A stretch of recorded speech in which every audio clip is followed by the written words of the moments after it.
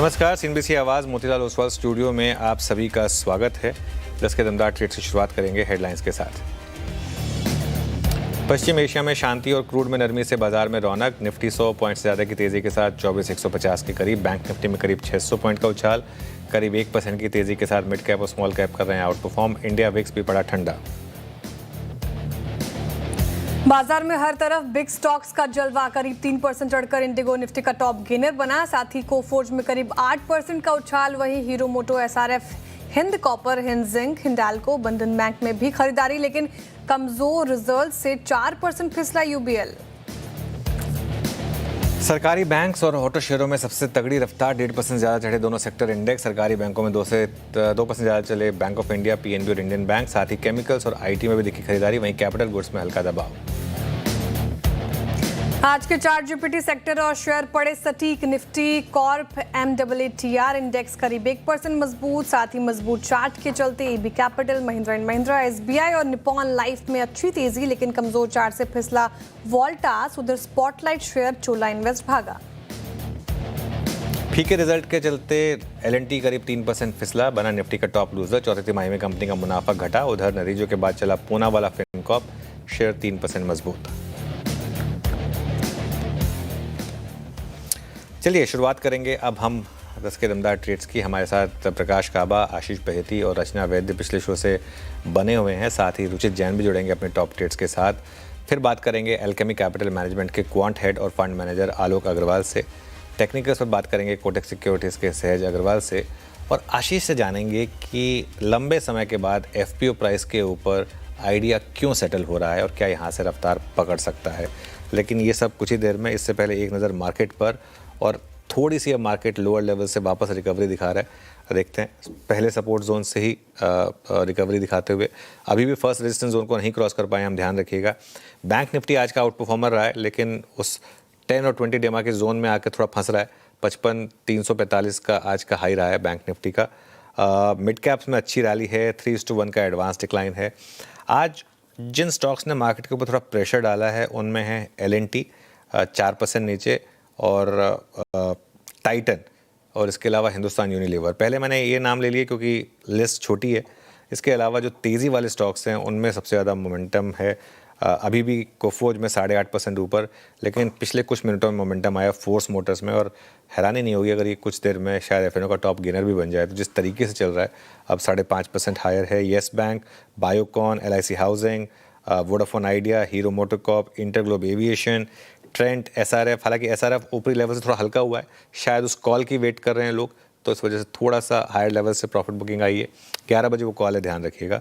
तो ये आज के कुछ बिग मूवर्स जी। तो ये कुछ आज के स्टॉक स्पेसिफिक मूव्स, लेकिन हमारे पैनल भी कुछ स्टॉक्स देख ही रहे होंगे, तो ट्रेड्स की शुरुआत कर लेते हैं 10 के दमदार ट्रेड्स में। और हमारे साथ रचना जी और रुचित जी भी जुड़ रहे हैं। तो रुचित जी, स्वागत है आपका। बताइए, गुड मॉर्निंग। आपके दो ट्रेड्स क्या होंगे इस वक्त के? जी, very good morning to everyone.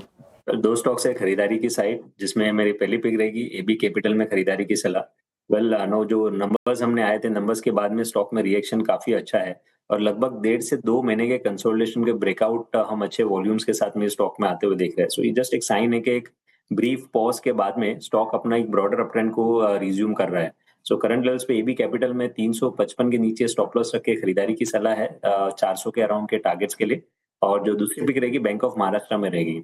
अगर आप देखेंगे तो ये स्टॉक काफी अच्छा रिलेटिव आउट परफॉर्मर रहा है with in the sector itself. जो रिसेंटली बैंक निफ्टी में भी या PSU बैंकिंग स्टॉक्स में हमने वॉलेटिलिटी देखी है या पुल बैक मूव देखा है, उसमें ये स्टॉक पे कोई असर नहीं रहा है, और स्टॉक लगातार अपने न्यू हाइस के आसपास ही ट्रेड कर रहा है। एक बुलिश फ्लैग पैटर्न का ब्रेकआउट आया है स्टॉक में आज। तो बैंक ऑफ महाराष्ट्र में 82 के नीचे स्टॉप लॉस रख के खरीदारी की सलाह रहेगी। यहाँ पे 88 के टारगेट्स हम इसमें एक्सपेक्ट करेंगे। ओके, रुचित जी के दो ट्रेड्स आदित्य बिरला कैपिटल और बैंक ऑफ महाराष्ट्र, ये दोनों अच्छे लग रहे खरीदारी के राय। रचना जी, आपके क्या ट्रेड्स होंगे इस वक्त के? जी, मेरे दो ट्रेड्स रहेंगे। एक एंजल वन जिसको लॉन्ग करेंगे, और दूसरा MCX जिसको अगेन लॉन्ग करेंगे। पहले MCX की बात करते हैं। MCX में हम एक अच्छा खासा स्ट्रॉन्ग अपस्विंग प्ले आउट हो ऐसा चार्ट पे विजिबल देख रहे हैं। 2900 पे इसका SL लगाना चाहिए, और अपसाइड पे आपका टारगेट होना चाहिए पहला 3000 और दूसरा 3030 3030। तो ये दो टारगेट्स के लिए MCX is a buy and the other one is Angel One, जिसमें अगेन लॉन्ग साइड पे एक अच्छा ट्रेड बन रहा है। यहाँ पे आपको ऐसा लगाना है 314 पे, और अपसाइड पे आपका टारगेट होगा 321 एंड 325। ओके, एंजल वन और MCX, तो दोनों कैपिटल मार्केट स्पेस से ये दो स्टॉक्स हो गए हैं जहां पे आपको खरीदारी करनी है। निचले असरों से अच्छी रिकवरी है यहाँ पर। गाबा सर, अब आप बताइए दो ट्रेड्स इस वक्त के। मुझे जो पसंद है इस वक्त वो है LIC हाउसिंग फाइनेंस। इसमें मोमेंटम है, यहाँ पर रेसिस्टेंस भी नहीं नजर आता। ट्रेड करा है 580, स्टॉप लगेंगे 570 का, 10 रुपए का, लेकिन टारगेट 600 के होना चाहिए। हो सकता है स्पिल ओवर ट्रेड बन सकता है कल के लिए, लेकिन यस, LIC हाउसिंग फाइनेंस। दूसरा स्टॉक जो मुझे पसंद है वो है फोर्स मोटर्स। इस गिरावट में देखिए, इस गिरावट में स्ट्रेंथ थी, मतलब वीकनेस थी, उसे मजा नहीं था नीचे गिरावट में, तो एक अपमूव शुरू हुआ है फिर से फोर्स मोटर्स में। ट्रेड करा है 20,280, स्टॉप लगाएंगे 19,500 का, थोड़ा डीप है, लेकिन टारगेट 21,500 के होने चाहिए। वक्त लग सकता है उसके लिए। Spill over trade force Motors. अच्छे मूव्स दिए फोर्स मोटर्स ने, तो फोर्स मोटर्स और LIC हाउसिंग फाइनेंस गाबा से के दो पिक हो गई। आशीष बेहती जी, अब आप बताइए दो ट्रेड्स आपके। जी शिव जी, पहला जो ट्रेड रहेगा वो हिंदुस्तान जिंक पे खरीदारी की सलाह रहेगी। यहाँ पे एकदम स्ट्रॉन्ग बना हुआ है। 610 का स्टॉप लॉस लगाना है, 635 और 650 तक के टारगेट्स इसमें देखे जा सकते हैं। दूसरा जो स्टॉक में अच्छा लग रहा है वो लोडा डेवलपर्स। आज वापस रियलिटी सेक्टर में एक मोमेंटम बन रहा है और लोडा को इस मोमेंटम में चेज करने की सलाह रहेगी। 900 का स्टॉप लॉस लगाकर खरीदारी की जा सकती है, 940 और 960 तक के टारगेट्स के लिए। ओके, लोधा डेवलपर्स और हिंद जिंक, ये दो काउंटर्स आशीष जी को पसंद आ रहे हैं जहाँ पर अच्छे मूव्स हैं। इनफैक्ट एक बार फोर्स मोटर दोबारा लेकर आएंगे स्क्रीन पर, और 1 मिनट का चार्ट रखिए। जिस तरीके से भागा है आज के सेशन में, अच्छी खासी तेज़ी। और एक बार लेकर आ जाइए वेदांता जब से डीमर्ज होकर लिस्ट हुआ है तब से रुकने का नाम नहीं ले रहा। फिर से 3% आपके आज सेशन में फिलहाल। एक फटाफट से चार्ट चेक आशीष भाई जी, वेदांता आप ही देख लीजिए 313 के लेवल पर। जी शिव जी, बहुत स्ट्रॉन्ग मोमेंटम में वेदांता, और इसीलिए शायद हमने बार बार जिंक सेलेक्ट किया है। वेदांता को चेज कर सकते हैं इन लेवल्स पे अभी भी, लेकिन अब इसे अब चेज करने के लिए ऑप्शन के थ्रू चेज करने की सलाह रहेगी। 320 की जो कॉल है उसमें खरीदारी की सलाह रहेगी। 10.5 के करीब ट्रेड कर रही है। जो स्टॉप लॉस इसमें मेंटेन करना चाहिए वो 8 रुपए का SL मेंटेन करे। ऊपर में इसमें 15 रुपए तक के टारगेट्स देखे जा सकते हैं। बिल्कुल। फोर्स मोटर्स हम डिस्कस कर रहे थे अभी कि शायद कुछ देर में F&O का टॉप गेनर बन जाए, जिस तरीके से भाग रहा है ये। और अब आई थिंक ये कोफोर्स से ऊपर निकलने की तैयारी कर रहा है।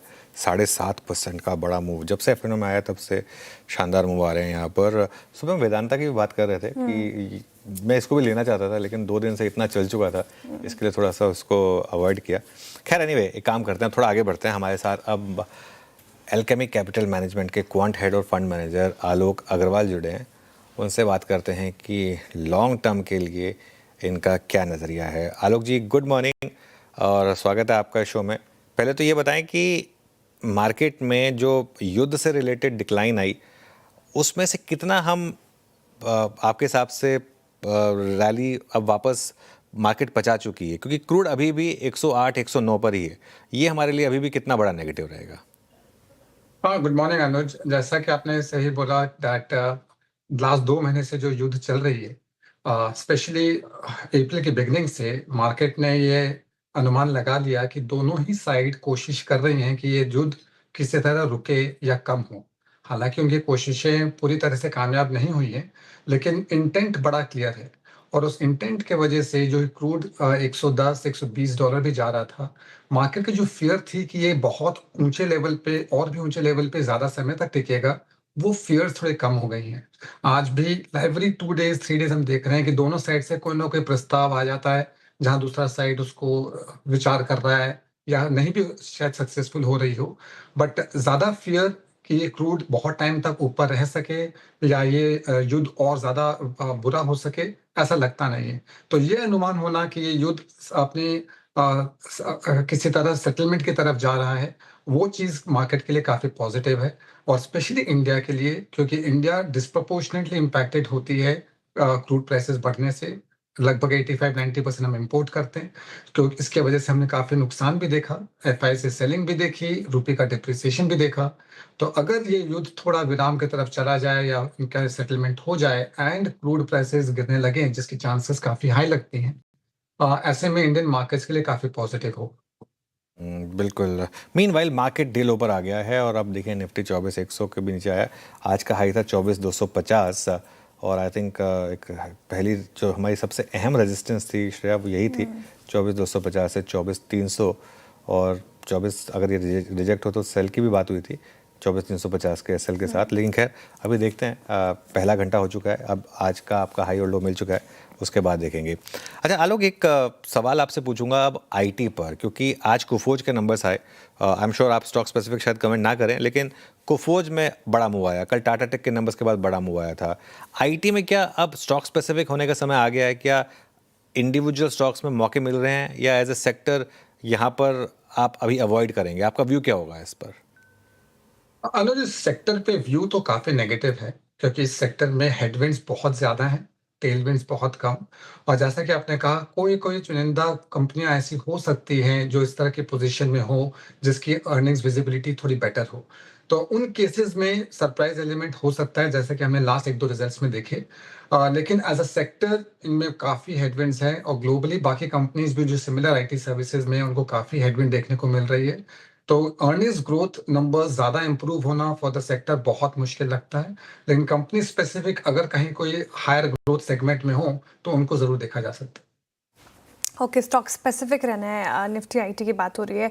आलोक जी गुड मॉर्निंग, श्रेया बात कर रही हूँ। अच्छा, सेक्टर स्पेसिफिक ही सवाल पूछूं मैं अगर आपसे, तो ऑटो एज अ स्पेस कैसा लगता है सर? महिंद्रा एंड महिंद्रा और साथ ही हीरो मोटो के हमने नंबर्स देखे, काफ़ी अच्छे लगे और स्ट्रीट ने वैसे ही रिवॉर्ड किया है, तो ऑटो स्पेस पर क्या व्यू बन रहा है फिलहाल? Good morning Shreya.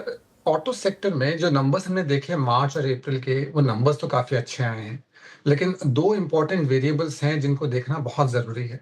पहला ये कि अभी तक रिटेल फ्यूल प्राइसेस बढ़े नहीं हैं इंडिया में, तो उसके बढ़ने के बाद डिमांड पे क्या इम्पैक्ट आता है और वॉल्यूम ग्रोथ का क्या इम्पैक्ट आता है, वो देखना बहुत जरूरी है क्योंकि काफी प्राइस सेंसिटिव सेक्टर है। और दूसरी तरफ में ऑटो सेक्टर के मार्जिन, जो ओईएम्स होते हैं उनके मार्जिन्स कोई बहुत ज्यादा हाई मार्जिन्स है नहीं। ये जो इनपुट कॉस्ट बढ़ रहे हैं specially on the metal side, क्या वो पास ऑन कर पाएंगे एक ऐसे समय में जबकि फ्यूल प्राइसेस बढ़ रहे हों? जहां जाके थोड़ा क्वेश्चन मार्क आता है।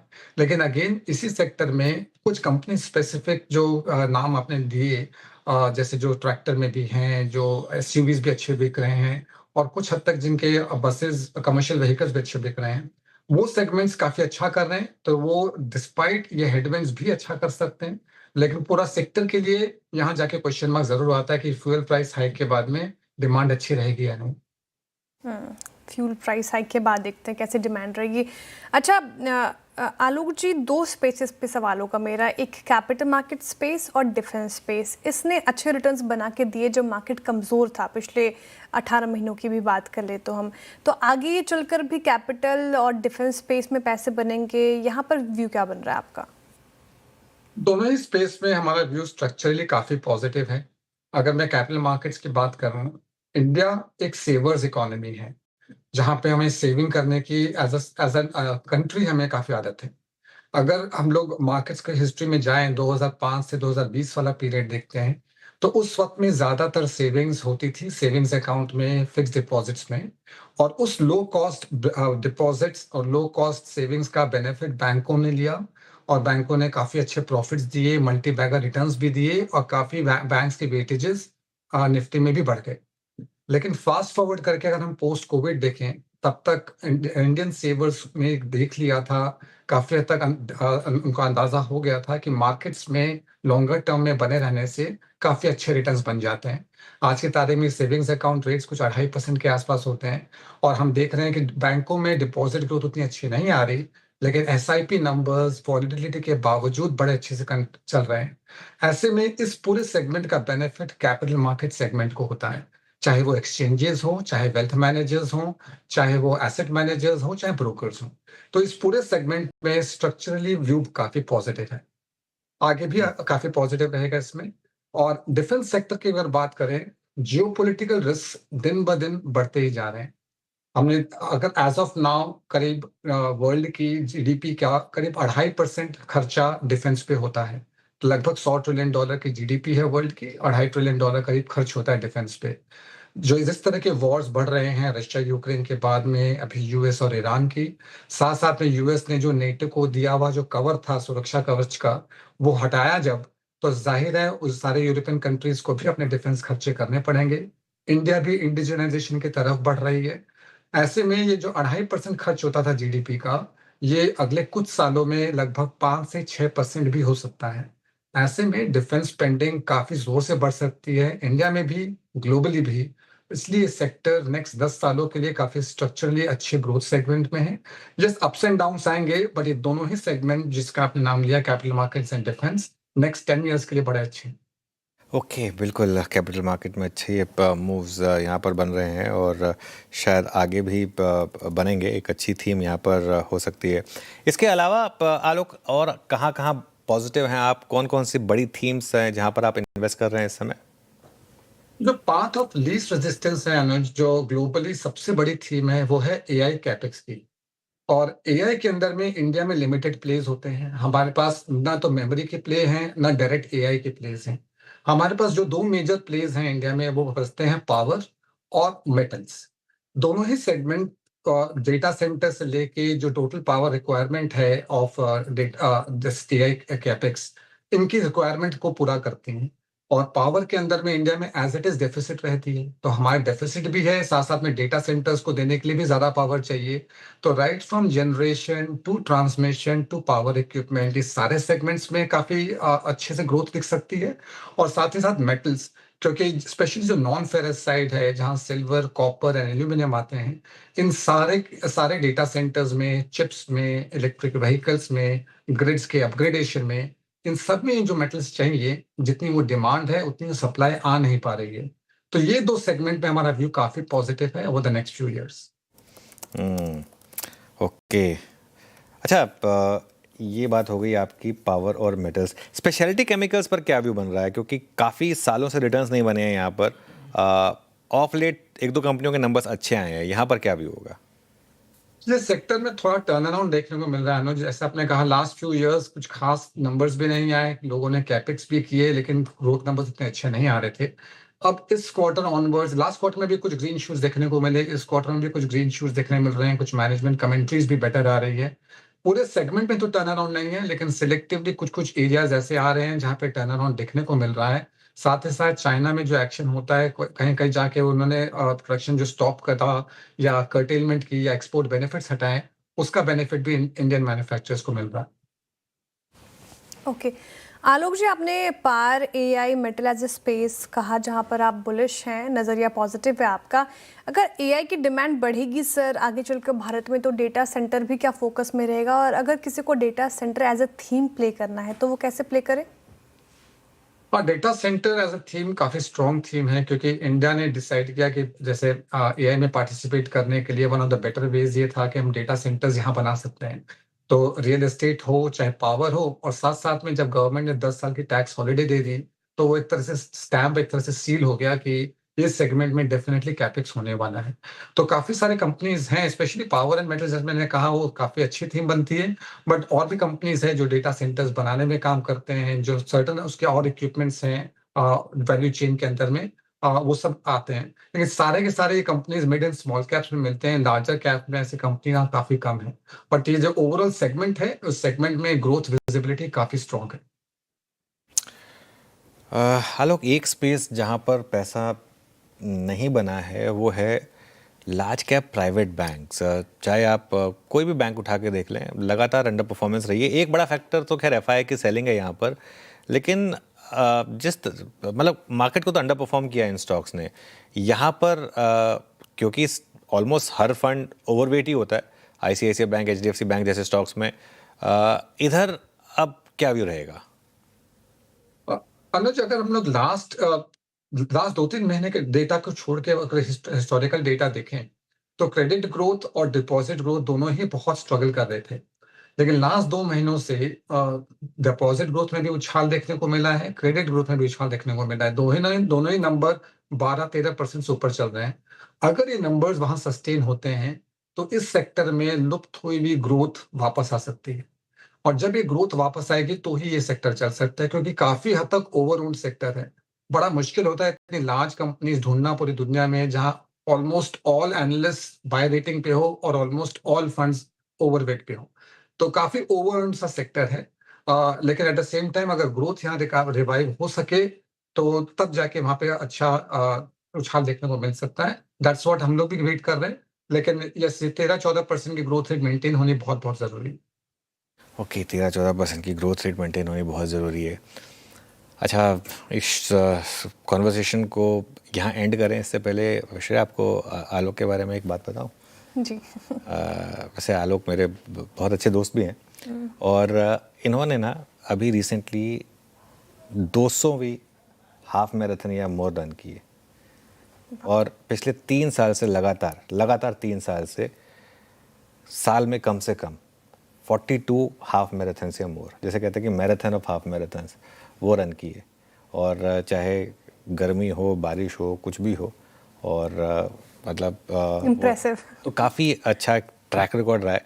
तो आलोक, सबसे पहले तो उसके लिए आपको बहुत बहुत मुबारक, और इसी तरीके से आप सबको इंस्पायर करते रहें फिटनेस जर्नी के लिए, और तो यही मैं आपको विशेष दूंगा। आज हमारे साथ जुड़ने के लिए बहुत बहुत शुक्रिया आलोक का, थैंक यू सो मच। चलिए, ये बात हो गई एल्केमी के आलोक अग्रवाल से। अब बात करते हैं एक ऐसे स्टॉक की जिसने वापस कुछ समय के बाद लोगों की उम्मीदें जगाई हैं और ये बोला है कि अभी भी मैं ज़िंदा हूँ। जी हाँ, हम बात कर रहे हैं वोडाफोन आइडिया की। एक महीने में 26% के मूव। और एक इंटरेस्टिंग चीज़ ये है, पिछले 2-3 दिनों से अगर आप इसका हाई देखेंगे तो 11 से 11.5 के बीच में है। अभी 11 से 11.5 की सिग्निफिकेंस समझिए। 11 रुपये पर FPU प्राइस आया था, और जितनी बार ये स्टॉक वहाँ पर आता है, जो लोग फंसे हुए बेचने के लिए आते हैं ऑब्वियसली। लेकिन क्या ट्रिगर रहे हैं इस स्टॉक में वापस FPU प्राइस के ऊपर आने के, और क्यों इतना एक्शन बढ़ा है, ये समझ लेते हैं आशीष से। आशीष, बताइए। सर, काफ़ी समय से स्टॉक के ऊपर नियर टर्म में देखें तो एक कंस्ट्रक्टिव व्यू हमारा बना हुआ है, और पिछले एक महीने में देखें तो शानदार 28% की तेजी। अब आज वोडाफोन आइडिया की बात हम इसके लिए कर रहे हैं क्योंकि पिछले 2 से 3 दिनों का प्राइस एक्शन देखिए 11 रुपये के आसपास चल रहा है। लगातार खबरें यहाँ पर बनी हुई है, और ये 11 रुपये का आंकड़ा इस स्टॉक के लिए बड़ा भयंकर है, बहुत इंपॉर्टेंट है। कारण ये कि जो अप्रैल 2024 से निवेशक FPO में लेकर बैठे हुए हैं, उनके लिए आप देखें तो थोड़ी सी राहत की खबर आ जाती है। 11 रुपये FPO का प्राइस था जो कि अप्रैल 2024 में आया था, उन स्तरों के आसपास अभी आ रहा है। पिछले एक महीने में देखें, पिछले 1 साल में ठीक ठाक रिटर्न्स यहाँ पर बनते हुए नजर आए। अब लगातार न्यूज़ का फ्लो जो है इस स्टॉक के पक्ष में जा रहा है, पॉजिटिव खबरें यहाँ पर देखने को मिल रही है। अब आज की खबर की बात करें तो यहाँ पर कुमार मंगलम बिरला अब दोबारा नॉन एग्जीक्यूटिव चेयरमैन के पद पर आए हैं। हालांकि नॉन एग्जीक्यूटिव चेयरमैन है, यानी कंपनी के कामकाज पर आप देखें तो सीधे तौर पर कोई दखल नहीं होगी, लेकिन एक सेंटिमेंटल इम्पैक्ट आ जाता है। और ऐसे स्टॉक के लिए अगर आप देखें तो जिसे उम्मीदों की बड़ी आवश्यकता है, सेंटिमेंट्स बड़े सुप्रीम हो जाते हैं। इसके अलावा कुछ दिन पहले AGR में राहत की खबर आई थी, लगातार रिकैलकुलेशन हो रहे हैं, और वहाँ पर आप देखें तो 23,649 करोड़ का जो AGR कैलकुलेशन हुआ है, इसमें राहत मिली है। तकरीबन 27% की राहत है। कारण ये कि पहले जो AGR बकाए बताए जा रहे थे 87,695 करोड़ के, अब वो 64,000 करोड़ के आसपास आ गए। और FY 36 से लेके FY 41 तक स्टैगर्ड वे में ये AGR का भुगतान करेंगे। तो अगेन डूबते को तिनके का सहारा, और इस स्टॉक के लिए काफ़ी बड़ा बेनिफिट हो जाता है। इसके अलावा अगर आप देखें तो कुछ दिन पहले न्यूज़पेपर्स में कुछ रिपोर्ट्स भी आ रही थी कि अब शायद फंड रेजिंग के ऊपर भी कॉन्क्रीट प्लान बन सकता है। कारण ये कि जो AGR की राहत मिली है, इसको भी अब थोड़ा सा कंस्ट्रक्टिव बताया जा रहा है। 35,000 करोड़ के फंड रेजिंग प्लान्स हैं जिसे SBI लीड कर सकता है। 25,000 करोड़ का टर्म लोन होगा और 10,000 करोड़ वर्किंग कैपिटल होगा। अब ये AGR भुगतान के लिए नहीं है, अच्छी बात यह कि केपेक्स के लिए, और केपेक्स के ऊपर आप देखें तो पिछले 1-1.5 साल में वोडाफोन आइडिया ने बहुत ज़्यादा फोकस किया है। सब्सक्राइबर बेस जो कि लगातार वोडाफोन आइडिया का घटता जा रहा था, पिछले 2 मंथ के अपडेट्स आप देखें तो थोड़े से स्लाइट आपको पॉजिटिव नजर आएंगे। कारण ये है कि अगर आप फेब में देखें तो 22,000 वायरलेस सब्सक्राइबर इन्होंने ऐड किए, और मार्च में भी देखें तो 1 लाख नए ग्राहक इन्होंने जोड़े हैं। और ये बहुत लंबे समय से लगातार जो ग्राहक गंवाते जा रहे थे, उसके बाद ये टर्न अराउंड देखने को मिल रहा है, और इसी के चलते देखें तो ये स्टॉक लगातार फोकस में बना हुआ है। फोकस में बना है वोडाफोन आइडिया। शुक्रिया आशीष जानकारी के लिए। और देखिए 11 रुपये के ऊपर गया, और वोडाफोन आइडिया से मुझे याद है आप पहले नेगेटिव थे इस पर, और हमने फिर गिरावट देखी, ऑल द वे टू 6 गया था ये, फिर 6 रुपये पर आप पॉजिटिव हुए थे, अपना व्यू चेंज किया था। तो अब क्या बन रहा है, व्यू पॉजिटिव ही है या फिर अभी कॉशियस है? देखिए श्रेया, पहले जो व्यू था वो तब हमारा व्यू नेगेटिव इसलिए था क्योंकि आई थिंक बहुत ज़्यादा लोग इसमें बहुत ज़्यादा ज़बरदस्ती बुलिश हो गए थे और बहुत बड़े सपने दिखा दिए गए थे लोगों को, तो उससे बचाने का व्यू था बिल्कुल। और करीब 6-7 रुपये से पॉजिटिव व्यू लिया था क्योंकि एक सेंस बन रही थी कि अब यहाँ पर 6-7 था या 8 था, पता नहीं एग्जैक्ट याद नहीं मुझे, लेकिन मतलब एक कि वर्स्ट शायद जो है वो अब प्राइस में आ चुका है। देखिए मेरा मानना ये है कि वोडाफोन में AGR का मामला तो निपट चुका है, लेकिन आगे ये फंडिंग जुटा पाएंगे कि नहीं, और दूसरा अभी भी स्पेक्ट्रम की पेमेंट करनी है इन्हें, और एक तीसरा सब्सक्रिप्शन ग्रोथ वो आएगी या नहीं आएगी। जो पिछले 2 महीनों का रहा है, अगर वो लगातार आई फिर आप थोड़ा सा पॉजिटिव व्यू ले सकते हैं। अच्छी बात यह है कि अब 11 पे सेटल हो रहा है, सप्लाई एब्जॉर्ब कर रहा है, जिसको भी जो 11 में फंसा वो बेच रहा है, तो वो सप्लाई स्टॉक अब एब्जॉर्ब कर रहा है, तो ये एक बड़ा फैक्टर रहेगा। अब चलिए आशीष, शुक्रिया। अब एक काम करते हैं, मार्केट टेक्निकल्स पर बात करते हैं। सहज अग्रवाल जुड़े हमारे साथ। सहज जी गुड मॉर्निंग, बताइए आपके रेडार पर कौन से स्टॉक्स हैं आज? जी इनफैक्ट सबसे पहले थोड़ा सा मार्केट पे व्यू शेयर करना चाहूंगा। ये सीरीज की शुरुआत से लेके हम अभी तक कंसोलिडेट ही कर रहे हैं। मार्केट के डेली पैरामीटर्स पे कोई मोमेंटम मैच्योर नहीं हुआ था। आज पहला दिन है जहां पे 24,100 के ऊपर यदि क्लोजिंग आती है तो एक सस्टेनेबल पॉजिटिविटी के चांस बनेंगे, एक प्रोबेबिलिटी बनेगा, एक रिस्क रिवॉर्ड रेशियो डिफाइनेबल हो जाएगा। तो एक तो ये बात है कि आज 24,100 के ऊपर यदि सस्टेन करता है तो थोड़ा सा पॉजिटिव बायस मेंटेन करके हम आगे के कुछ दिन ट्रेड कर सकते हैं। स्टॉक स्पेसिफिक की यदि बात करूं, मार्केट काफी रेजिलिएंट रहा है, तो 2 पिक्स मैं लेना चाहूंगा। एक वैल्यू अपॉर्चुनिटी है भारती एयरटेल, जहां पे 1750 के सपोर्ट के साथ में 2000 तक का टारगेट हम ऊपर की तरफ में एक्सपेक्ट कर रहे हैं। यहाँ पे मंथली सेटअप इसका बहुत पॉजिटिव है, शॉर्ट टर्म में इसने रिवर्सल भी दिया है और अपसाइड का मोमेंटम बता रहा है। ये हायर टॉप हायर बॉटम का पैटर्न है, तो भारतीय एक अपॉर्चुनिटी बहुत इंटरेस्टिंग लग रही है वैल्यू पर्सपेक्टिव से।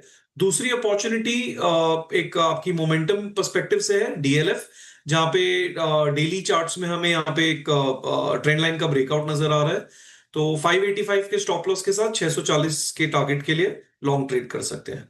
तो ये मोमेंटम प्ले हो जाएगा DLF। ओके चलिए, ये बात हो गई DLF की, मोमेंटम प्ले हो गया यहाँ पर। सर जी बहुत बहुत शुक्रिया आज हमारे साथ जुड़ने के लिए और अपने स्टॉक व्यूज़ और मार्केट व्यूज़ सामने रखने के लिए। निफ्टी में वो जो पहले घंटे की प्रॉफिट बुकिंग थी उसके बाद वापस थोड़ी कोशिश हो रही है 24,100 से ऊपर आने की, और गैप अप के बाद जो सपोर्ट था हमारा वो 24,050 से 24,150 का था श्रेया, तो वहीं से एक रिकवरी है। तो अब आपके पास 2 सॉर्ट ऑफ बैरोमीटर्स मिल गए। आज का लो 24,096 के आसपास पहले घंटे का लो, और पहले घंटे का हाई 24,250। बैंक निफ्टी की जहाँ तक बात है, बैंक निफ्टी में 55,300 से 55,500 की हमारी रेजिस्टेंस थी, और दिक्कत ये हुई कि वो खुला ही वहाँ पर, तो और उसके बाद शायद मौका ना मिला किसी को।